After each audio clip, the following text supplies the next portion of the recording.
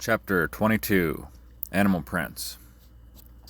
For anyone interested in wildlife, this chapter gives the background information essential to a fuller development of the associated tracking skills. From a brief study of anatomical differences, we progress to a description of the methods of locomotion and how this affects the subject's sign. The sign of some of the more common mammals found in temperate areas are then described before the chapter concludes with an account of the main variations of the sign of the major bird groupings. The reader who lives in or intends to visit a tropical or subtropical area is encouraged to read an area-focused text such as Signs of the Wild by Clive Walker for Southern Africa. Figure 62 gives a few examples of some of the spoor likely to be encountered on a safari. Anatomical classifications. The formation of the foot has changed over time so that today we have three marked divisions under which the feet of animals can be classified. Animals that walk on the flat of the foot are termed sole walkers or plantigrades. The sole walkers, as a class, are the most widespread.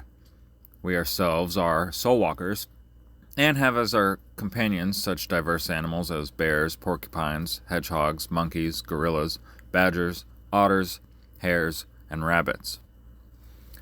There are those that walk on their toes, toe walkers, or digitigrades. This class includes all the members of both the canine and the feline genus. The third grade are those that walk on the points of their toes, like ballet dancers. In the process of time, their toes, or four of them at least, have grown together until they have become hooves. This class is known as the nail walkers or ungulates, and can be subdivided into two: animals with a solid hoof and animals with a cloven hoof. Examples of this class are horses, mules, zebras, cows, deer, sheep, and goats. For tracking purposes, we are then interested in another classification of animals dependent upon the structure of their limbs. The first class comprises those animals whose legs are of about equal length. In this large class are included horses, cattle, pigs, deer, canines, and felines. The second class contains animals whose hind legs are much longer than their front legs, such as hares, rabbits, squirrels, and kangaroos. Figure 63. To the third class belong those animals whose legs are short in proportion to their bodies, such as otters, weasels, stoats, ferrets, mink, and martens. The fourth class includes those animals whose legs are very short in proportion to their bodies and whose bodies are also very large, such as badgers, hedgehogs, and porcupines. It is not easy to classify every animal accurately in only one of the above classes according to the way it moves, but the groupings are a useful aid to the wildlife tracker. Some animals will show characteristics of gait appearing to belong to two classes, sometimes walking and sometimes hopping, for instance, the squirrel. Method of locomotion and how it affects sign. The normal walk is the basis of all tracking comparison, whether the human beings or other animals.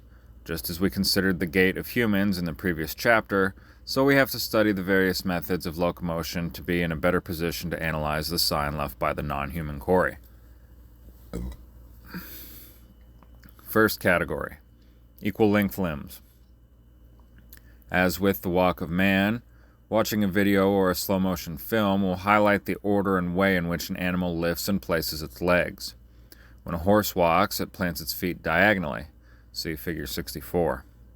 If the near right foot, forefoot, touches the ground first, the off left hind foot is placed next, then the off forefoot, and lastly the near hind foot. Thus it moves all 4 feet one after the other so that 4 footfalls may be heard, but it does not move the 2 of them on the same side, one after the other. The pig tracks, shown in figure 67-5, show the distinctive side-by-side position of the prints. All animals in this class move in this way except the camel. The camel does not move diagonally but lifts its feet in the following rotation: near, fore, near, hind, off, fore, off, hind. This progression sets up a swaying movement from side to side that proves inconvenient and sometimes disastrous for the novice rider. The track left by the horse at a walk differs according to the individual. Where the hind registers in relationship to the fore is a significant recognition feature, that is, whether it is behind, superimposed on, or in front of the mark made by the forehoof. In a very heavy horse, such as a cart horse, the hind hoof will show behind the forehoof, whereas in a light riding horse, the hind hoof will be in front of the forehoof. The relative position of these marks also depends on the speed. The trot, figure 65, is merely a hastened walk, and the gait is just the same but quicker. The feet touch the ground in the same rotation, but because 2 feet touch the ground almost at the same time, only the noise of 2 footfalls will be heard. The track itself appears more in a straight line because the animal has more balance in consequence of the speed, and plants its feet more under the center of its body. The mark of the hind foot will almost invariably show in front of the mark of the forefoot, and the distance between paces will obviously be greater. The gallop is a series of leaps, as figure 66 shows. The hind legs serve mainly to propel the animal forward, and the forelegs to balance or brace the body. For this reason, the hind legs are planted more or less side by side, while the forelegs are planted apart from and one behind the other. The resultant track is like a magnified rabbit's track. Owing to the speed at which the animal is moving, the hind hooves hit the ground well in front of the forehooves. Unequal length limbs. Animals whose hind legs are longer than their forelegs progress by a kind of leapfrog movement. See rabbit tracks in figure 67-4.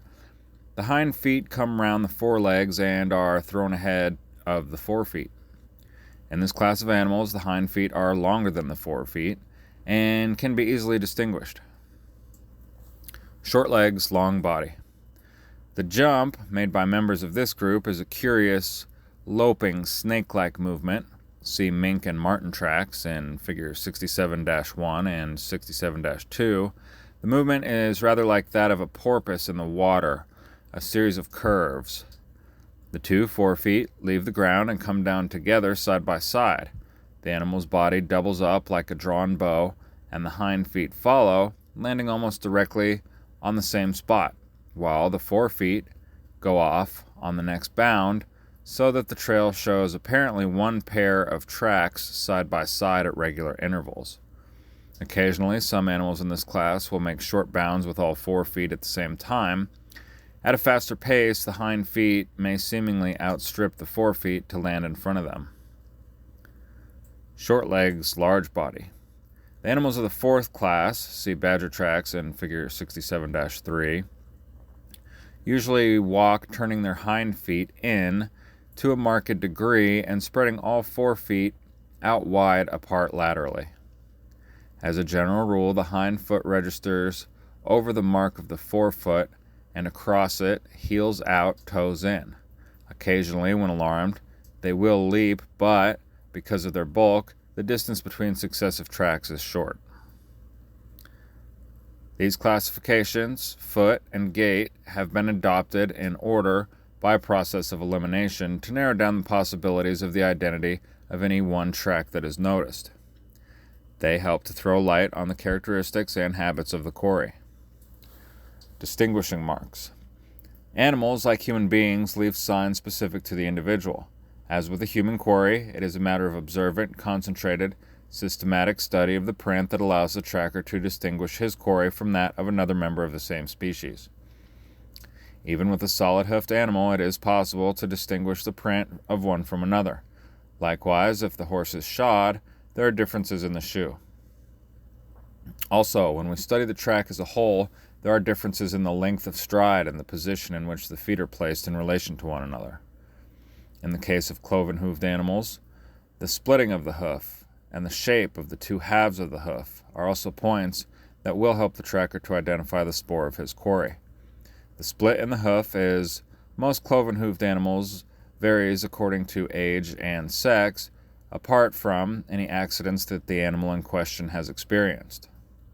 The male usually has a squarer toe.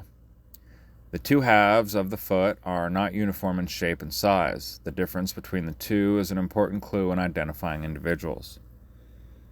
Domesticated animals. Cattle, sheep, and pigs leave their prints in two parallel lines, one on each side of the central line of the track.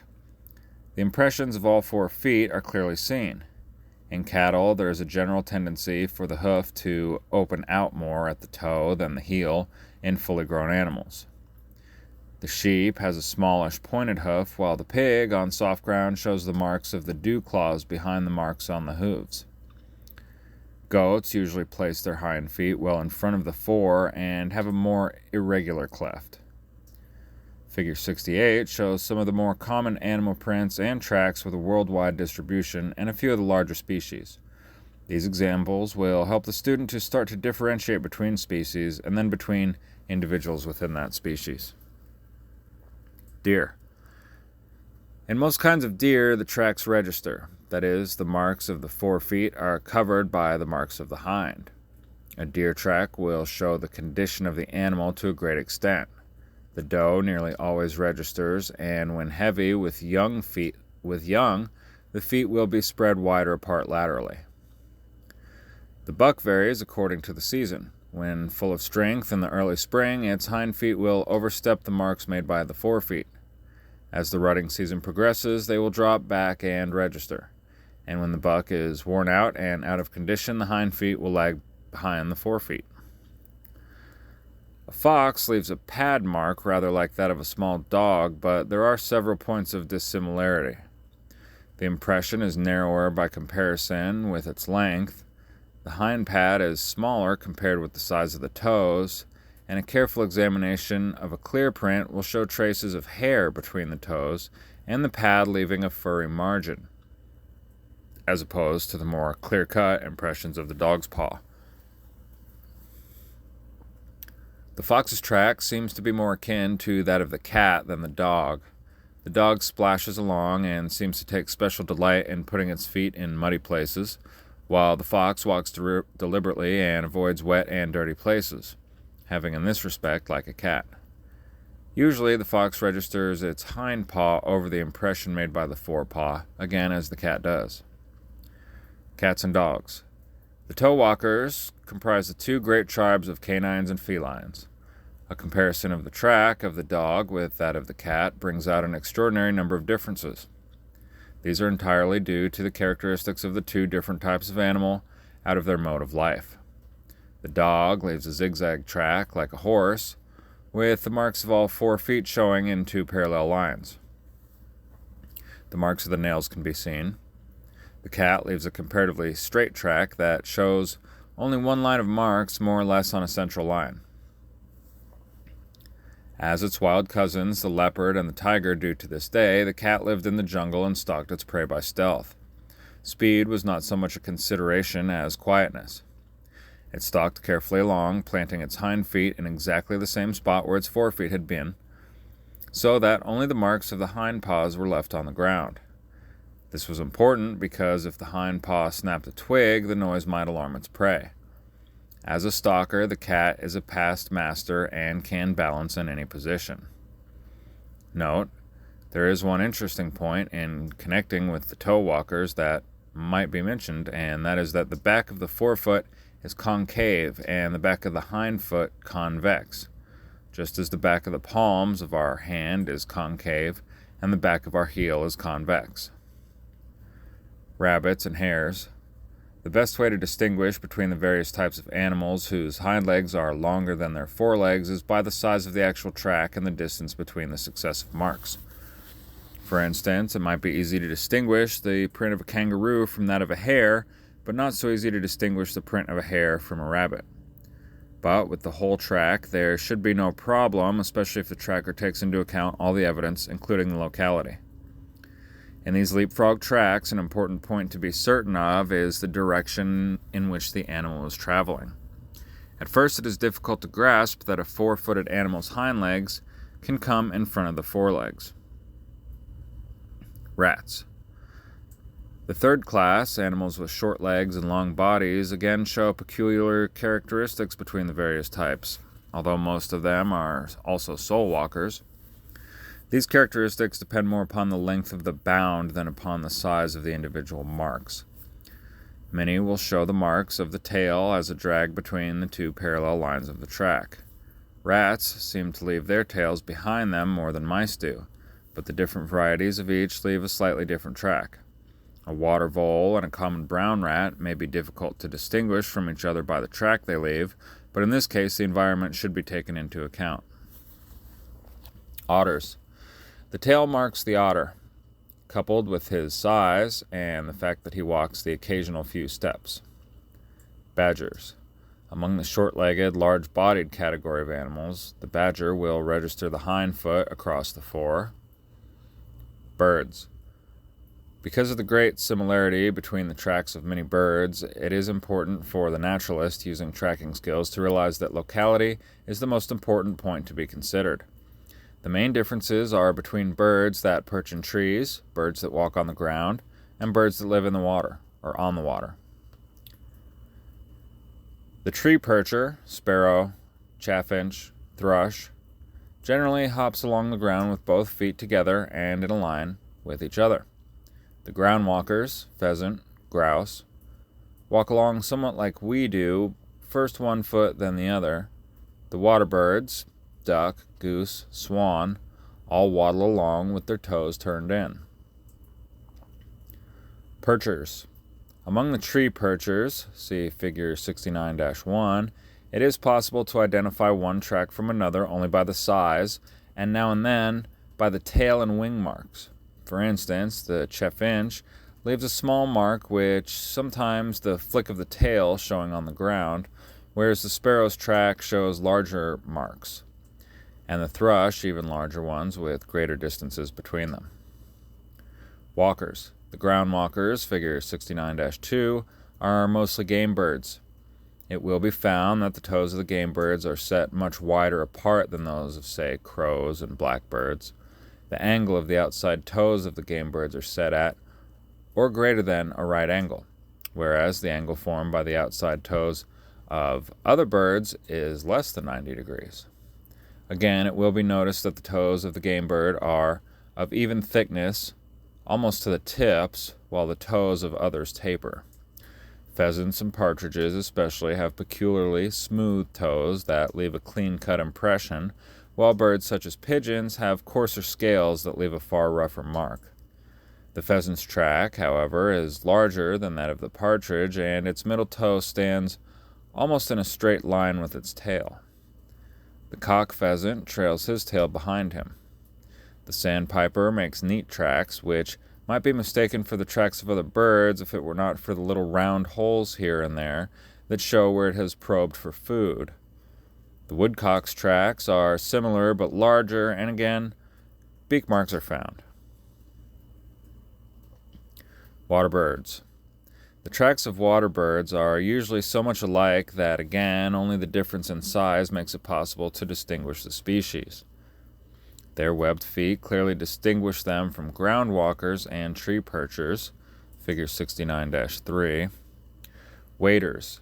The feet of the waders may show slight webbing, but more usually it will be found that the toes are long and stand well out from each other, so as to give a greater surface on which the birds can walk in the mud, figure 69-4. Conclusion. The trained keeper in pursuit of game birds usually pays more attention to signs other than the tracks he may be able to see on the ground. Feathers will be found in places where birds have taken sand baths. Small paths leading here and there in the grass will show where birds have eaten. The place where a bird has been feeding, as well as the food itself, will give a clue to its identity. Undoubtedly, snow is the ideal medium for bird tracks.